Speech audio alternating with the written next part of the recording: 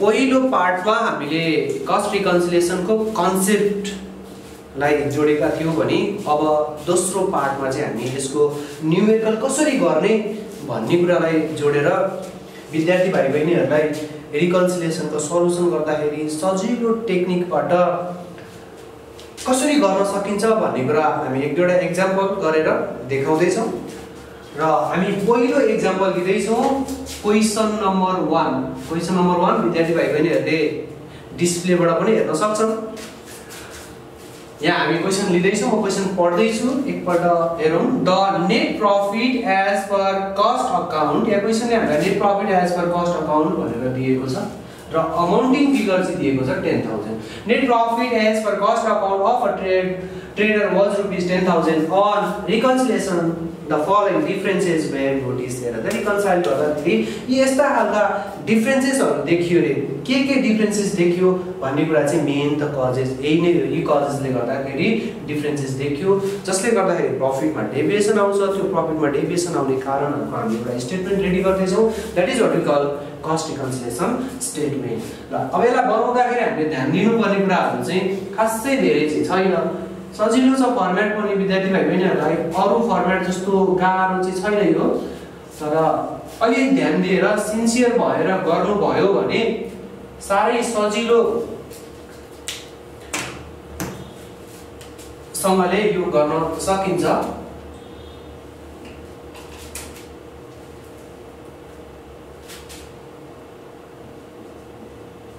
Cost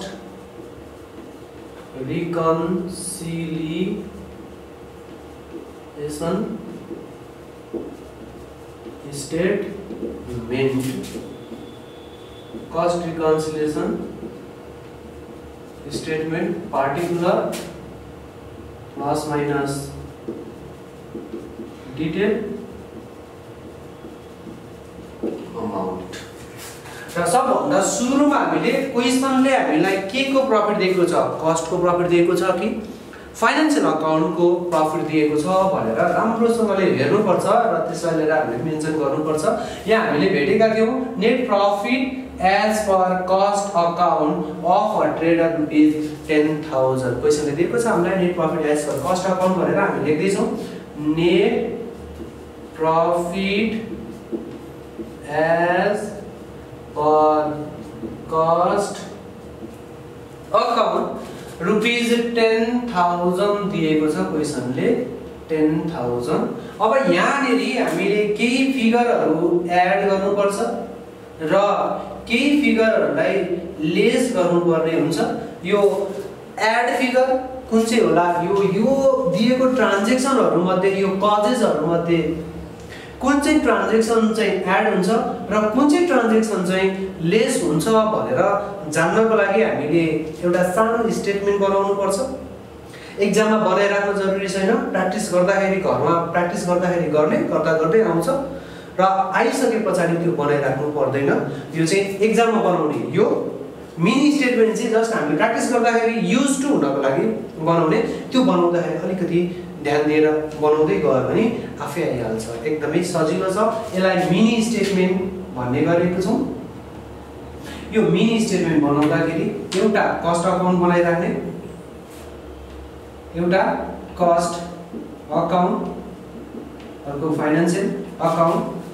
यो बनाउने तरिका एउटा इन्भर्सली हेर्न पनि सकिन्छ, अर्को डाइरेक्टली हेर्न पनि सकिन्छ, अथवा जेरो ब्यालेन्स राखेर पनि यो बनाउन सकिन्छ रिकन्सिलिएसन। तर हामीले चाहिँ डाइरेक्ट रिलेसन देखाउन खोजिरहेका छौं। क्वेशनले के भन्दैछ भन्ने कुरा राम्रोसँग पढ्नु पर्छ। 80% सल्युसन चाहिँ क्वेशनमै हुन्छ, बाँकीको चाहिँ 20% चाहिँ हामीले टेक्निक लगाउनु पर्यो। त्यो भनेको के हो त भन्दा फ्याक्ट्री ओभरहेड। क्वेशनले दिएको छ फ्याक्ट्री ओभरहेड। अब हामीले बुझेका छौं, हामीले फर्स्ट च्याप्टर पहिलो पार्टमा चाहिँ हामीले रिकन्सिलिएसनको पहिलो पार्टमा चाहिँ हामीले कन्सेप्ट भनेका थियौं र त्यो कन्सेप्टमा मैले खर्चका शीर्षकहरुको बारेमा एक्सप्लेन गरेको थिएँ र फ्याक्ट्री ओभरहेड भनेको चाहिँ खर्च हो भनेर बुझाएको थिएँ। फ्याक्ट्री ओभरहेड खर्च हो भन्ने कुरा थाहा भयो हामीलाई। खर्च भन्ने कुरा हामी यसरी खर्चलाई ले डिनोट गर्छौं recorded in cost account ₹20,000 cost अकाउन्टले 20,000 रेकर्ड गरेको छ but debited in financial account is ₹25,000 cost अकाउन्टले चाहिँ 20,000 रेकर्ड गरेको छ फाइनान्शियल अकाउन्टमा चाहिँ 25,000 रेकर्ड भएको छ भने दुईटामा डिफरेन्सेस हामीले यहीँनिर देख्न सक्छौँ 20,000 र 25,000 फाइनान्शियल अकाउन्टले 5,000 बराबरले फ्याक्ट्री ओभरहेड चाहिँ बढी रेकर्ड गरेको छ ओभर एब्जर्ब भन्छौँ नि हामीले over recorded in financial account त्यसो भएको हुनाले फाइनान्शियल अकाउन्टमा खर्च बढी भएको छ कस्ट अकाउन्टको तुलनामा फाइनान्शियल अकाउन्टमा चाहिँ खर्च बढी भएको छ जहाँ खर्च बढी हुन्छ त्यहाँ प्रफिट पनि त घट्छ जहाँ खर्च बढी हुन्छ त्यहाँ प्रफिट पनि घट्छ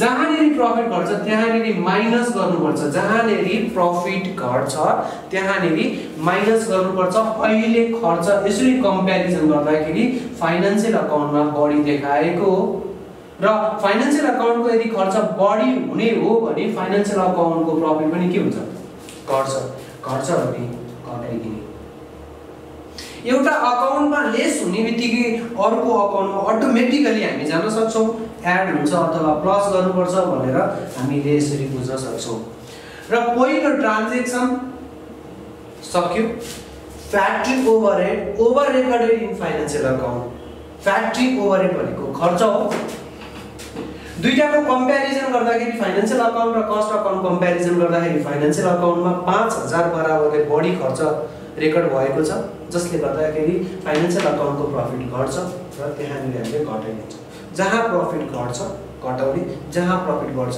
बढाइदिने अहिले फाइनान्शियलको प्रफिट घटेको छ हामीले फाइनान्शियल अकाउन्टमा घटाइदिने त्यसको रेसिप्रोकल कस्ट अकाउन्टमा प्लस गरिदिने अर्को पोइन्ट छ हामीले यहाँनिर देख्न सक्छौँ दोस्रो पोइन्टमा चाहिँ बैंक इन्ट्रेस्ट रिसिभ भनेको छ बैंक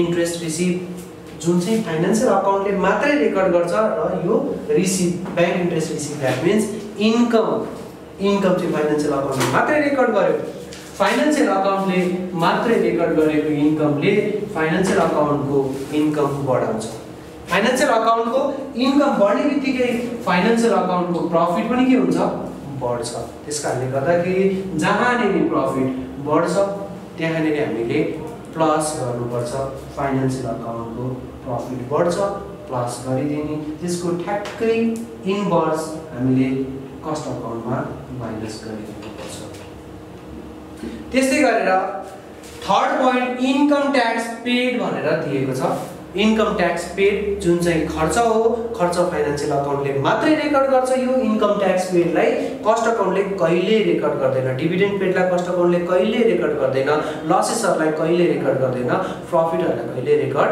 गर्दैन किनकि फाइनान्शियल अकाउन्टसँग रिलेटेड एक्सपेन्सेस फाइनान्शियल अकाउन्टले मात्रै रेकर्ड गर्छ कस्ट अकाउन्टले प्रोडक्सनसँग रिलेटेड एक्सपेन्सेस अथवा प्रोडक्सनसँग रिलेटेड खर्च आम्दानीलाई मात्रै रेकर्ड गरेको हुन्छ त्यसकारणले गर्दाखेरि यो खर्च हो खर्च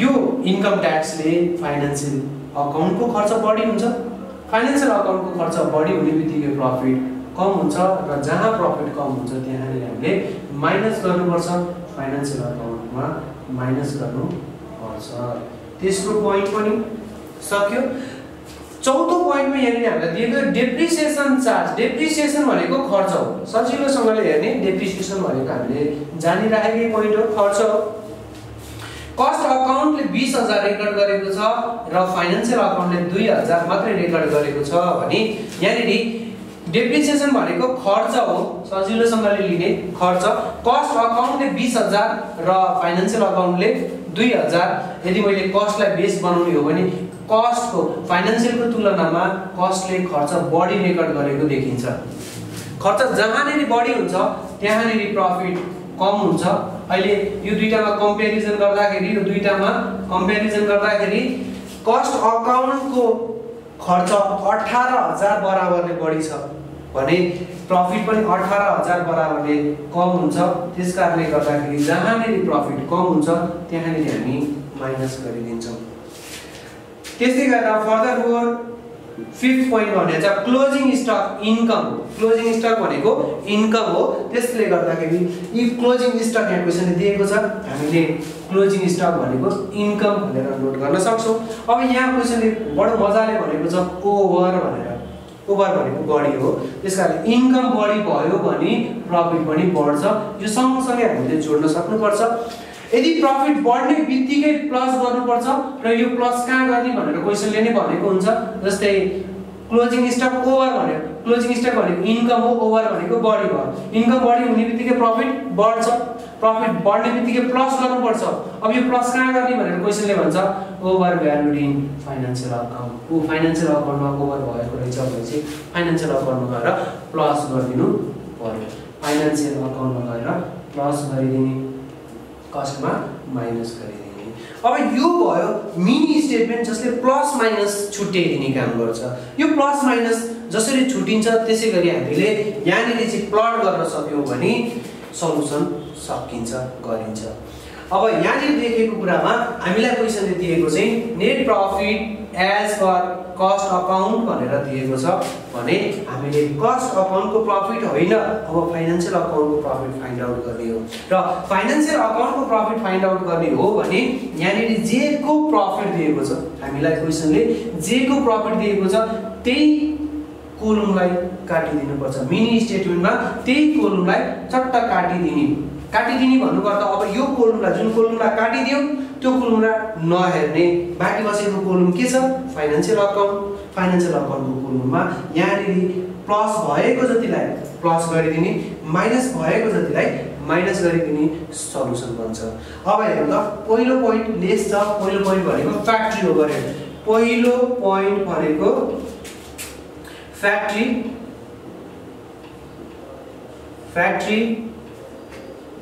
overheads over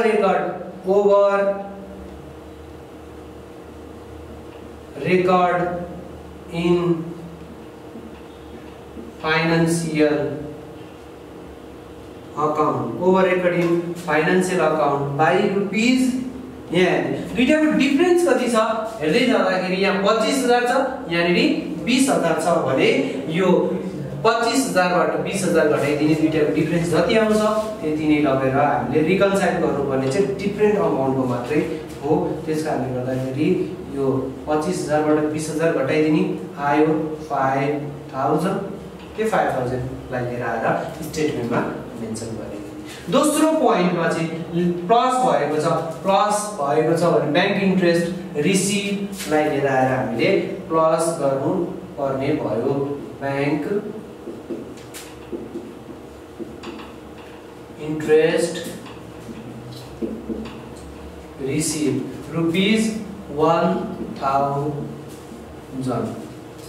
त्यस्तै गरेर तेस्रो पोइन्ट थर्डमा हामी जाँदैछौँ इन्कम ट्याक्स पेड, जसलाई हामीले लेस गर्नुपर्ने छ।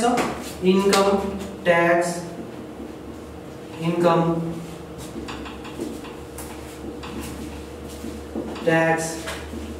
पेड रुपिस 20,000 लेस गरिनुपर्ने छ। चौथो पोइन्ट भनेको हामीले एड गर्नुपर्ने छ र यो डेप्रिसिएसन हो। डेप्रिसिएसन फोर्थ पोइन्टमा हामी जाँदैछौँ। Depreciation over record in cost account 18,000 रुपैयाँ। कस्ट अकाउन्टले 20,000 रेकर्ड गरेको छ, फाइनान्शियल अकाउन्टले 2,000 रेकर्ड गरेको छ। दुईटाको डेभिएसन भनेको 18,000 र क्लोजिङ स्टक हामीले प्लस गर्नुपर्ने छ।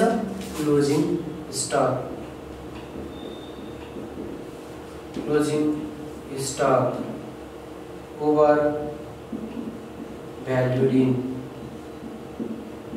फाइनान्शियल अकाउन्ट रुपिस 2,000 र यसलाई हामीले एडिसन गर्छौँ। पहिला सुरु डिटेलको कोलमको जति पनि फिगर छ त्यसलाई एडिसन गर्छौँ।